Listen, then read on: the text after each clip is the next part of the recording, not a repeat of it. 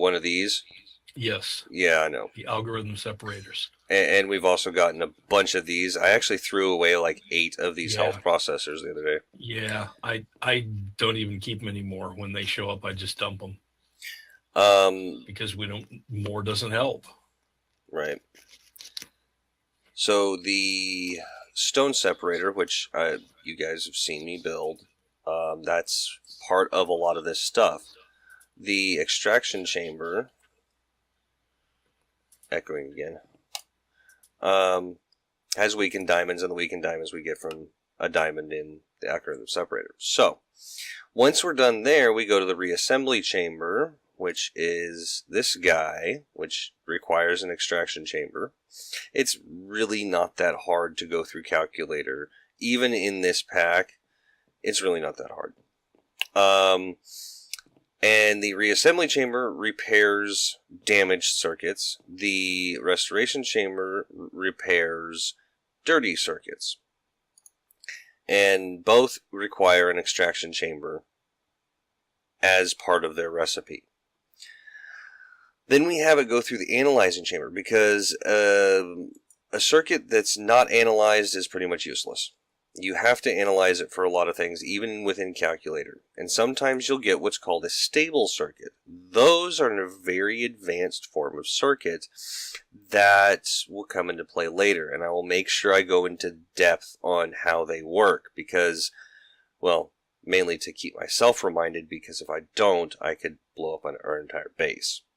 Because one of the things here in calculator is that powerful. If you want to know more about calculator, you can go check out my spotlight on it and slight guide, because I explain every aspect within 3 episodes. So I'm not going to go too much into detail, but I'm really loving the fact that this mod is in here, and I'm going to get deeper into it. But the the starch extractor is part of calculator, and this is where we get it. When you analyze any one of these circuits down here from calculator after it's been repaired, you have a chance of getting a drop out of here. And that's why we have it here. Like this calculator here, we got it as a drop. It just randomly in here. I don't know if we have any other things that are cool, but we'll figure it out. So it's a really, really, really cool mod. And I'm actually glad to see that they've got piping in here now, because it is actually kind of a pain to automate calculator. We do have some other cool things that are in the system that we have pulled out of there.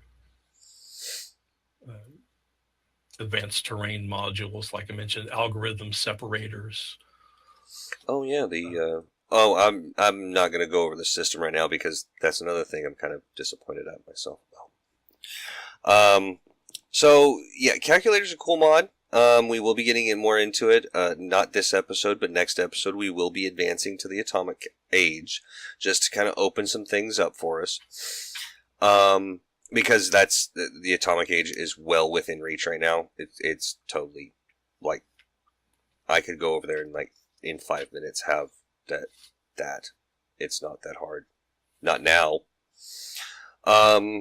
Moving on, so we're not stuck here anymore. We're going to, let's see here. Did I cover everything on that? Bees. Bees are a thing.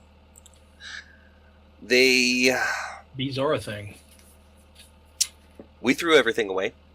I think I don't know if we mentioned that last time, but we dumped it all and started over. Because we need the Imperial bees and a bunch of stuff, and we just made an absolute mess of everything. So we actually watched some guides and things on how to do it before we got started, and we didn't really understand something. Everybody talked about why you want to stay away from breeding or including hybrids in your breeding program, because they make a mess of the genetics. And we thought, well, I mean, how bad can it be? As long as we know what hybrids we're breeding, we should be able to select the traits that we want. And it seemed to work. We got bees that had the characteristics that we wanted and whatnot, and we felt like we were doing pretty good. And then we began to get Franken bees. And I don't mean they had strange body parts. I mean, you would breed two bees and you would get results that those two bees are not supposed to be able to produce.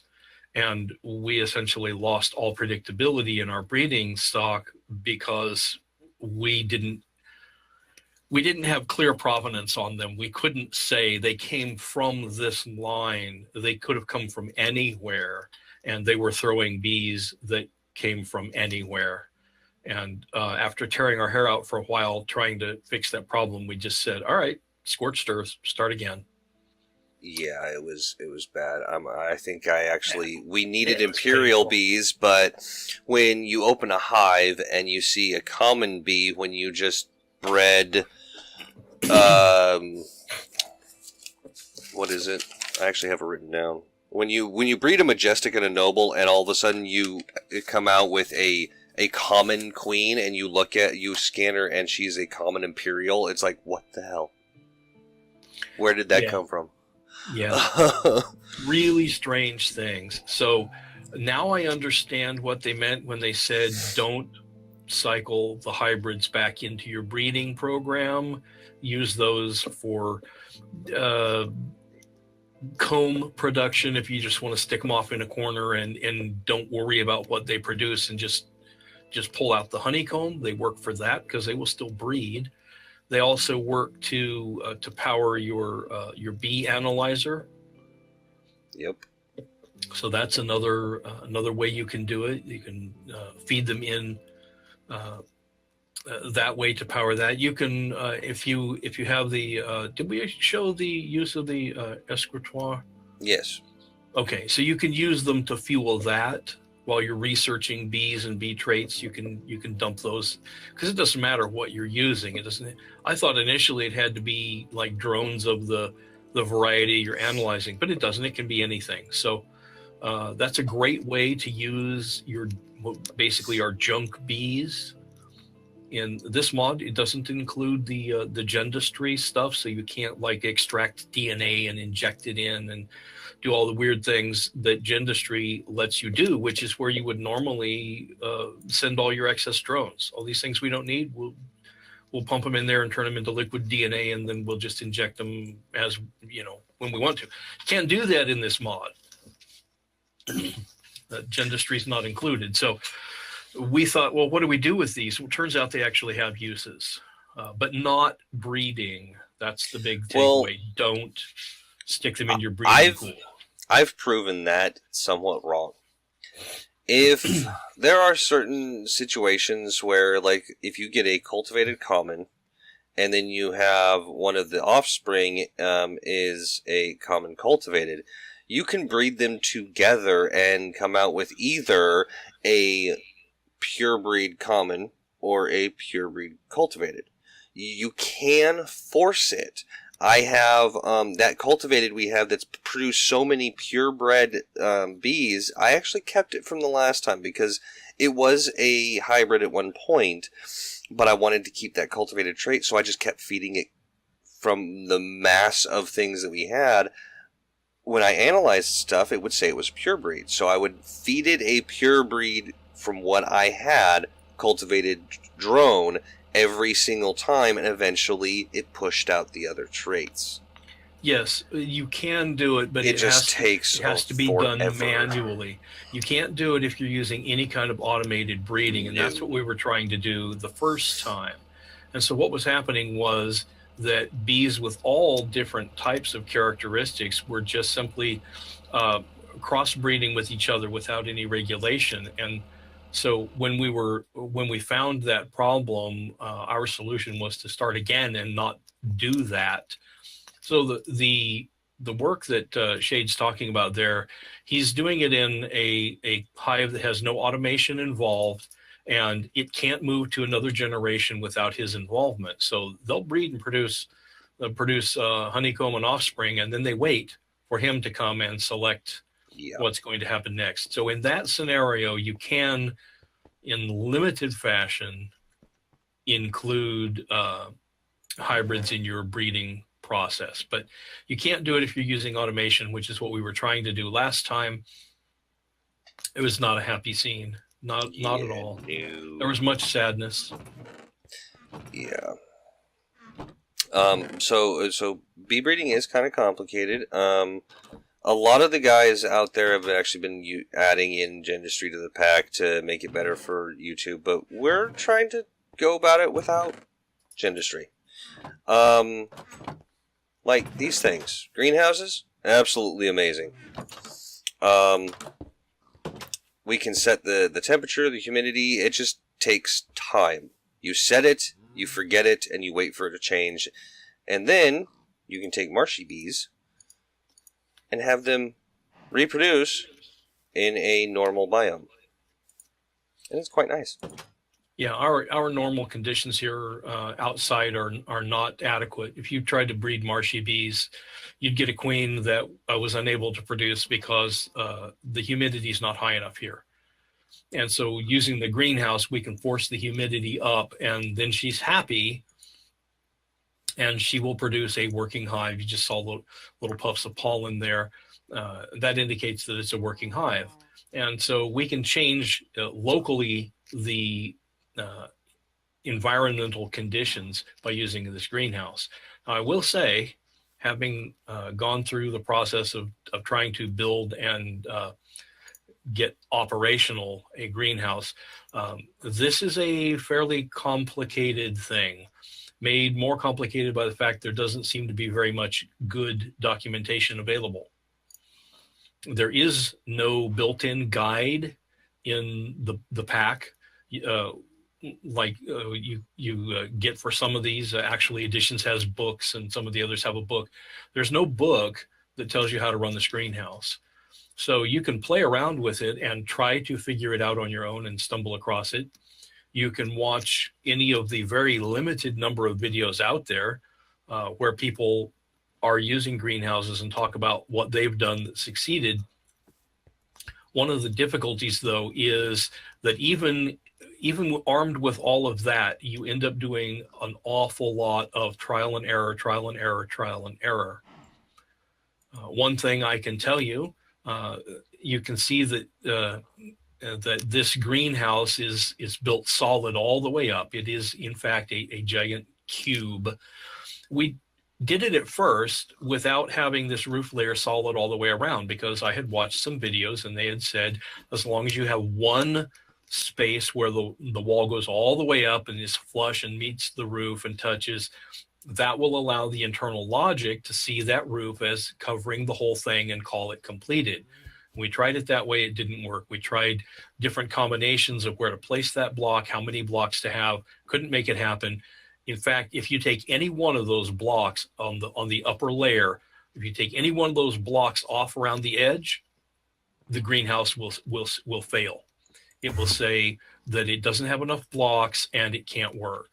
So when I was building it, I missed one somewhere and I had to go find it because I couldn't get the thing to start. So that's one thing just to keep in mind. If you're going to build it, it has to be a complete intact block. It can be hollow inside, but the outside has to be complete. Yeah, we're getting everything lined up here to have a bunch of these out here. Yeah, you can see the excavations. I've got some outlines dug and everything. And we're getting ready to put more of them in, but we needed to make sure we could operate one successfully first. Yes, so and they are a pain. As I was showing you while he was explaining, is just one greenhouse block takes 8 camouflage paneling, and one camouflage paneling takes a bunch of dye and a jungle plank in biomass. But when I set that thing up for our generators for the EU, I went ahead and ran him a line with biomass so he can create his camouflage paneling. And it does work fairly nicely once you have all of the materials necessary. Yeah, and we'll be showing more bees later, but I'm not going to walk past there because there's things I want to show you in a minute. But we're not there yet. And I'm sorry that this episode is going to be running longer, but I've got to backtrack. This is really I screwed up, and now I'm explaining what I did and where I'm going now with this series and this base. We're not ending it. It's just taking a little bit of a different turn. And back to the guide. So we'll be going over the bees more in depth and how we got to where we're going. I'm not going to show I am putting this drone with this queen now. I am putting this drone with this queen. No, I'm not showing all of that on camera. It's not that hard to figure out, honestly. Most people, there are 100 different things you can do out there. It's, hey, I found the bee that I want, and so I'm going to show it. I'm not going to show you how I got there, because then I would have to show you a video of me pulling my hair out, because it's that frustrating. It can be at times, yes. So moving on to age 5, there's a lot of stuff in here. We already did the biodiesel. There's solar panel, lightning rod are both nice for power generation. The environmental tech has an in-game manual, digital guide, all that stuff. I wouldn't mind making a environmental tech solar panel. And what is this solar panel? Lightning rod? I guess they have a lightning rod that helps generate power too. We should make one of those. We get lots of rainy days around here. Yeah, actually we do. It helps if I spell it right.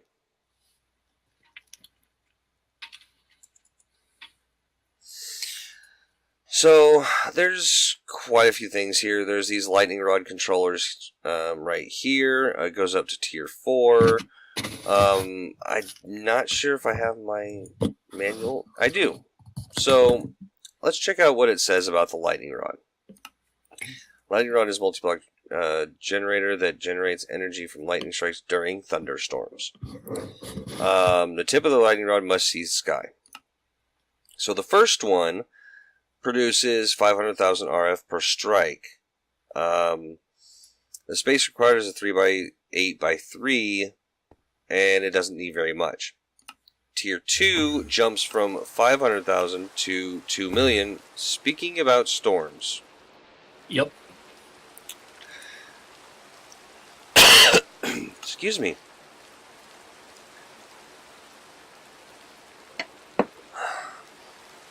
So, jumps to 2 million for tier 2, 8 million for tier 3, and 32 million for tier 4. That is insane. Tier 4 also uses 2 nether stars, so that's a thing. Oh, well, yeah. There's nether stars. Yeah, we're not getting that anytime soon. And tier 3 uses 2 stabilized ender pearls, which require end diamonds. Yep, which requires an atomic calculator. An electric diamond, which requires a conductor mast, which we haven't even gotten into, which is another thing from calculator that generates power. So, I mean, they definitely gate this thing. But we can do lightning rod tier 2. That one we can do. Oh yeah, too easy. Block of diamond is the most complicated piece of it. Yeah, we can do that. Oh yeah. So that's definitely a thing. What else is there in, what is this, age 5? The Stirling and combustion engines, and the zombie generator. That's, it can be interesting. The Stirling and combustion. I think both of those are Ender IO. The combustion generator burns liquid fuel to generate power, requires a coolant, like water, and output depends on fuel. I can actually use canola oil from Actual Editions to power this. And I'm pretty sure I can actually burn the biodiesel, but I'm not sure on that one. But then there's the Stirling generator, which is solid fuel, which is the same type of generator we already have downstairs, so we really don't need to go over that one. The zombie generator, it's interesting. I'll say that much. Yes, it is. And it works really well. I mean, I think it's like 20 or 40 RF a tick. So, I mean, it's decent, but it lags my computer. I have severe FPS drops when this thing's running and I look in its direction because it bubbles when it's running. So, yeah, that's a thing. And also we decided to take down the massive laggy inventory system. We changed it. Quite a bit, actually. Yep. And it's from the automation age, which makes sense. I mean, there's one more age. We could have waited a little while, but in this Ender age, there's also advanced solar panels. We have some plans for the biodiesel stuff. So let's go down and discuss the... No, you know what? We're up here. I'm going to do it. I'm just going to do it because we're here. I messed up. I'm actually going to sleep to get rid of this rain. I kind of went nuts when we got the nuclear reactor and started getting stuff and the pattern storage. Come on, frame rate, knock it off.